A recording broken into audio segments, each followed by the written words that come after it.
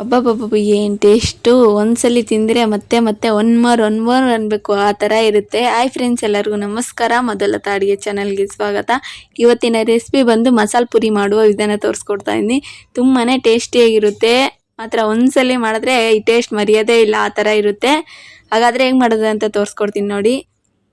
ಮೊದಲನೇದಾಗಿ 1 ಕಪ್ ಬಿಳಿ ಬಟಾಣಿ, ನೀವು ಹಸಿರು ಬಟಾಣಿ ಬರುತ್ತಲ್ಲ ಅದು ಬೇಕಿದ್ರೂ ತಗೋಬೋದು, ಇದು ಬೇಕಿದ್ರೆ ಅದು ಬೇಕಿದ್ರೂ ಮಾಡ್ಕೋಬೋದು, ಏನು ತೊಂದರೆ ಇಲ್ಲ. ನೋಡಿ, ಒಂದು 4 ಗಂಟೆಗಳ ಕಾಲ ನೆನೆಸಿಟ್ಟಿದ್ದೀನಿ. ಈ ಥರ ನೆಂದಿದೆ. ಇದು ಬಿಳಿ ಬಟಾಣಿ, ತುಂಬಾ ಚೆನ್ನಾಗಿರುತ್ತೆ, ಟೇಸ್ಟ್ ಮಾತ್ರ ಚೆನ್ನಾಗಿ ನೆಂದಿದೆ. ನಂತರ ಒಂದು ಕುಕ್ಕರ್ ಒಳಗೆ ಹಾಕ್ಕೊಳ್ತಾ ಇದ್ದೀನಿ, ನೀರು ಸಮೇತ ಹಾಕ್ಕೊಳ್ತಾ ಇದ್ದೀನಿ, ನೋಡ್ತಾ ಇರ್ಬೋದು. ನಂತರ ಒಂದೆರಡು ಆಲೂಗಡ್ಡೆ ಚೆನ್ನಾಗಿ ತೊಳೆದು ಕಟ್ ಮಾಡಿ ಹಾಕ್ಕೊಳ್ಳಿ, ಚಿಪ್ಪೆ ಎಲ್ಲ ತೆಗೆದು ಮೇಲೆ. ನಂತರ ಒಂದು 4 ವಿಜಿಲ್ ಕೂಗಿಸ್ಕೊಳ್ತಾ ಇದ್ದೀನಿ, ನೋಡ್ತಾ ಇರ್ಬೋದು.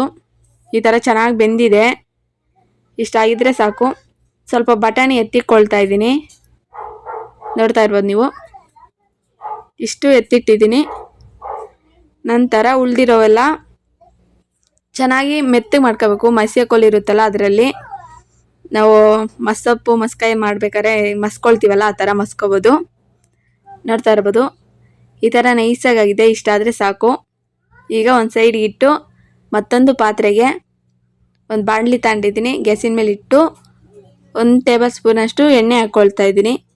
ನಂತರ ಲವಂಗ ಒಂದು 3, ನಂತರ ಚಕ್ಕೆ, ಸ್ವಲ್ಪ ಸೋಂಪು ಹಾಕ್ಕೊಳ್ತಾ ಇದ್ದೀನಿ, ಟೇಸ್ಟ್ ಚೆನ್ನಾಗಿರುತ್ತೆ ಅಂತ, ಜೀರಿಗೆ, ನಂತರ ಮೆಣಸು, ನಂತರ ಸಣ್ಣದಾಗಿ ಕಟ್ ಮಾಡಿರೋ ಅಂಥ ಈರುಳ್ಳಿ ಒಂದು ಹಾಕ್ಕೊಳ್ತಾ ಇದ್ದೀನಿ. ನಾನು ಮಾಡ್ತಾ ಇರೋ ಅಂಥ ಅಳತೆ ಒಂದು 4 ಜನಕ್ಕೆ ಆಗುತ್ತೆ ಫ್ರೆಂಡ್ಸ್ ಇದು. ನಂತರ ಶುಂಠಿ, ಬೆಳ್ಳುಳ್ಳಿ, 1 ಗಡ್ಡೆ ಅಷ್ಟು ಬೆಳ್ಳುಳ್ಳಿ, ನೀಟಾಗೆಲ್ಲ ಫ್ರೈ ಮಾಡ್ಕೋಬೇಕು, ಚೆನ್ನಾಗಿ ಹುರ್ಕೋಬೇಕು, ನೋಡ್ತಾ ಇರ್ಬೋದು. ಕಮ್ಮಿ ಉರಿ ಇಟ್ಕೊಂಡು ನೀಟಾಗಿ ಹುರ್ಕೊಳ್ಳಿ, ಹಸಿ ಸ್ಮೆಲ್ಲೆಲ್ಲ ಹೋಗಬೇಕು, ಕಲರ್ ಚೇಂಜ್ ಆಗಬೇಕು,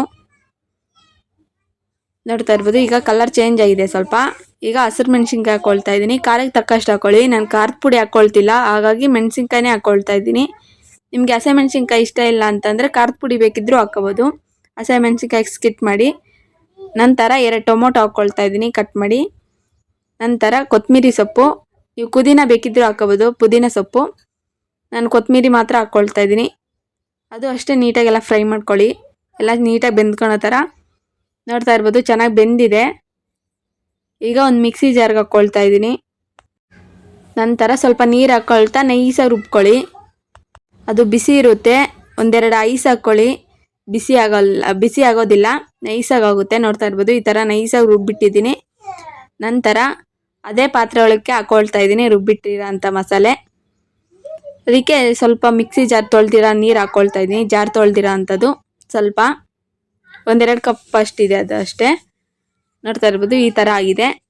ನಂತರ ರುಚಿಗೆ ತಕ್ಕಷ್ಟು ಉಪ್ಪು, ಅರಿಶಿನ ಪುಡಿ, 1 ಟೇಬಲ್ ಸ್ಪೂನಷ್ಟು ಧನಿಯಾ ಪುಡಿ, 1 ಟೇಬಲ್ ಸ್ಪೂನಷ್ಟು ಗರಂ ಮಸಾಲ, ಇಷ್ಟೇ ಹಾಕ್ಕೊಳ್ತಾ ಇರೋದು. ನಾನು ಇನ್ನೇನು ಹಾಕ್ಕೊಳ್ತಿಲ್ಲ, ನಾನು ಚಾಟ್ ಮಸಾಲ ಅದು ಇದೇನು ಹಾಕ್ಕೊಳ್ತಿಲ್ಲ, ಇಷ್ಟೇ ಮನೆಯಲ್ಲಿರುವ ಪದಾರ್ಥಗಳನ್ನೇ ಬಳಸಿ ಮಾಡ್ತಾಯಿದ್ದೀನಿ. ಟೇಸ್ಟ್ ಮಾತ್ರ ಹೆಸ್ರಿಕ್ಕ ಮಾತೇ ಇಲ್ಲ, ಆ ಥರ ಇದೆ ಟೇಸ್ಟು, ನೋಡ್ತಾ ಇರ್ಬೋದು. ಎಲ್ಲ ಹೊಂದ್ಕೊಳ್ಳೋ ಥರ ಮಿಕ್ಸ್ ಮಾಡ್ಕೊಳ್ಳಿ, ಯಾಕಂತಂದರೆ ಗಂಟಾಗುತ್ತೆ. ಅದು ಧನಿಯಾ ಪುಡಿ ಗರಂ ಮಸಾಲ ಎಲ್ಲ ಹಾಕಿರ್ತೀವಲ್ಲ, ಗಂಟಾಗುತ್ತೆ, ಹಾಗಾಗಿ ನೀಟಾಗೆಲ್ಲ ಮಿಕ್ಸ್ ಮಾಡ್ಕೊಳ್ಳಿ, ನೋಡ್ತಾ ಇರ್ಬೋದು. ಚೆನ್ನಾಗಿ ಮಿಕ್ಸ್ ಆಗಿದೆ, ಚೆನ್ನಾಗಿ ಕುದೀತಾ ಇದೆ, ಇಷ್ಟ ಆದರೆ ಸಾಕು.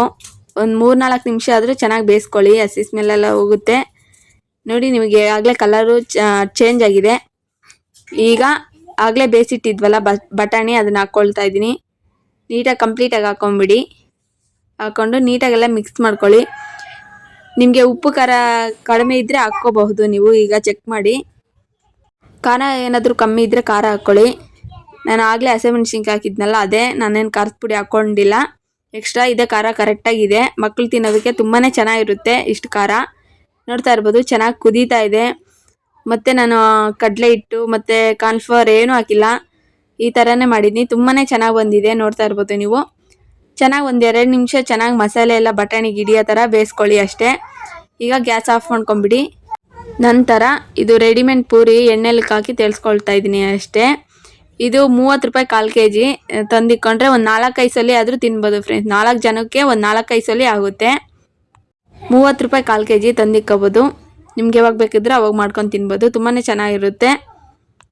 ಅದು ಎಣ್ಣೆ ಕಪ್ಪಗೈತೆ ಅನ್ಕೋಬೇಡಿ, ಫ್ರೆಶ್ ಆಗಿರೋ ಎಣ್ಣೆನೆ ಅದು. ಬಾಣಲಿ ಮಾತ್ರ ಇದು ಕಬ್ಬಿಣದ್ದು, ಹಾಗಾಗಿ ಆ ಥರ ಕಾಣಿಸ್ತಾ ಇದೆ ಅಷ್ಟೇ. ನೋಡ್ತಾ ಇರ್ಬೋದು ಪೂರಿ ಎಲ್ಲ ತೇಲ್ಸಿಟ್ಟಿದ್ದೀನಿ. ಈಗ ಒಂದು ಪ್ಲೇಟಿಗೆ ಎಷ್ಟು ಬೇಕೋ ಅಷ್ಟು ಪೂರಿ ಹಾಕ್ಕೊಳ್ಳಿ. ಒಂದು 4-5 ಹಾಕ್ಕೊಳ್ತಾ ಇದ್ದೀನಿ ನಾನು. ಈ ಥರ ನೀಟಾಗಿ ಮೆತ್ತಗೆ ಮಾಡಿಬಿಟ್ಟು ಹಾಕ್ಕೊಳ್ಳಿ. ಈ ಥರ ಹೊಡೆದು ಈ ವಿಡಿಯೋದಲ್ಲಿ ನೋಡ್ತಾ ಇದ್ರೆ ನಿಮಗೆ ಗೊತ್ತಾಗ್ತಾ ಇದೆ ನಾನು ಯಾವ ಥರ ಮಾಡ್ತಾಯಿದ್ದೀನಿ ಅಂತ. ನಂತರ ಆಗಲೇ ಮಾಡಿಟ್ಟಿದ್ನಲ್ಲ ದಾಲ್ ಹಾಕ್ಕೊಳ್ತಾ ಇದ್ದೀನಿ. ಬಿಸಿ ಇದ್ದಾಗಲೇ ಹಾಕ್ಕೊಳ್ಳಿ, ತಣ್ಣಗಾದ್ಮೇಲೆ ಹಾಕೊಂಡ್ರೆ ಚೆನ್ನಾಗಿರೋದಿಲ್ಲ. ತಣ್ಣಗೇನಾದರೂ ಆಗಿದ್ದರೆ ಇನ್ನೊಂದ್ಸಲಿ ಬಿಸಿ ಮಾಡ್ಕೊಳ್ಳಿ ಅಷ್ಟೇ. ನೋಡ್ತಾ ಇರ್ಬೋದು ಈಗ ಆಗಲೇ ಬಟಾಣಿ ತೆಗೆದಿಟ್ಟಿದ್ನಲ್ಲ, ಇದಕ್ಕಾಗಿಯೇ ಹಾಕ್ಕೊಳ್ತಾ ಇದ್ದೀನಿ. ನೋಡ್ತಾ ಇರ್ಬೋದು ನೀವು ಬಟಾಣಿನೂ. ನಂತರ ಸಣ್ಣದಾಗಿ ಕಟ್ ಮಾಡಿರೋ ಅಂಥ ಟೊಮೊಟೊ ಹಾಕ್ಕೊಳ್ತಾ ಇದ್ದೀನಿ. ನಂತರ ಸಣ್ಣದಾಗಿ ಕಟ್ ಮಾಡಿರೋ ಅಂಥ ಈರುಳ್ಳಿ, ಸ್ವಲ್ಪ ತುರಿದಿರೋ ಅಂಥ ಕ್ಯಾರೆಟು ಸ್ವಲ್ಪ ಹಾಕ್ಕೊಳ್ತಾ ಇದ್ದೀನಿ. ಚೆನ್ನಾಗಿ ಕಾಣುತ್ತೆ ಅಂತ ಹಾಕ್ಕೊಳ್ತಾ ಇದ್ದೀನಿ ಅಷ್ಟೇ. ಟೇಸ್ಟು ಚೆನ್ನಾಗಿರುತ್ತೆ, ಇವೆಲ್ಲ ಬಾಯಿಗೆ ಸಿಗ್ತಾ ಇರುತ್ತಲ್ಲ, ಚೆನ್ನಾಗಿರುತ್ತೆ ತಿನ್ನೋದಕ್ಕೆ. ನಂತರ ಮಿಕ್ಚರ್ ಹಾಕ್ಕೊಳ್ತಾ ಇದ್ದೀನಿ, ಸಣ್ಣ ಮಿಕ್ಚರು ಮೇಲೆ. ನೋಡ್ತಾ ಇರ್ಬೋದು ನೀವು, ತುಂಬಾ ಚೆನ್ನಾಗಿ ಕಾಣ್ತಾ ಇದೆ ಕಲರ್ಫುಲ್ಲಾಗಿ. ಟೇಸ್ಟ್ ಮಾತ್ರ ಹೇಳೋ ಮಾತೇ ಇಲ್ಲ, ಆ ಥರ ಇದೆ. ನೀವು ಒಂದ್ಸಲಿ ಮಾಡಿ ಟೇಸ್ಟ್ ಮರೆಯೋದೇ ಇಲ್ಲ, ಆ ಥರ ಇರುತ್ತೆ. ಪ್ಲೀಸ್ ಈ ರೆಸಿಪಿ ನಿಮ್ಗೆ ಇಷ್ಟ ಆದರೆ ಪ್ಲೀಸ್ ಒಂದು ಲೈಕ್ ಮಾಡಿ, ಶೇರ್ ಮಾಡಿ. ನೋಡಿದ್ರಲ್ಲ ಯಾವ ಥರ ಮಾಡಿದೆ ಅಂತ. ನೀವು ಮನೇಲಿ ಮಾಡಿ ಹೇಗಿತ್ತು ಅಂತ ಮರೀದೆ ಕಮೆಂಟ್ ಮಾಡಿ. ಮಸಾಲೆ ಪೂರಿ ತುಂಬಾ ಚೆನ್ನಾಗಿ ಬಂದಿದೆ. ಪಾನಿಪುರಿ ವಿಡಿಯೋ ಬೇಕಂದರೆ ನನ್ನ ಚಾನಲಲ್ಲಿದೆ, ಯಾರಿಗಾದ್ರೂ ಇಂಟ್ರೆಸ್ಟ್ ಇದ್ದರೆ ನೋಡಿ. ನಾಳೆ ಮತ್ತೊಂದು ವಿಡಿಯೋ ಜೊತೆ ಸಿಗೋಣ ಫ್ರೆಂಡ್ಸ್, ಬಾಯ್.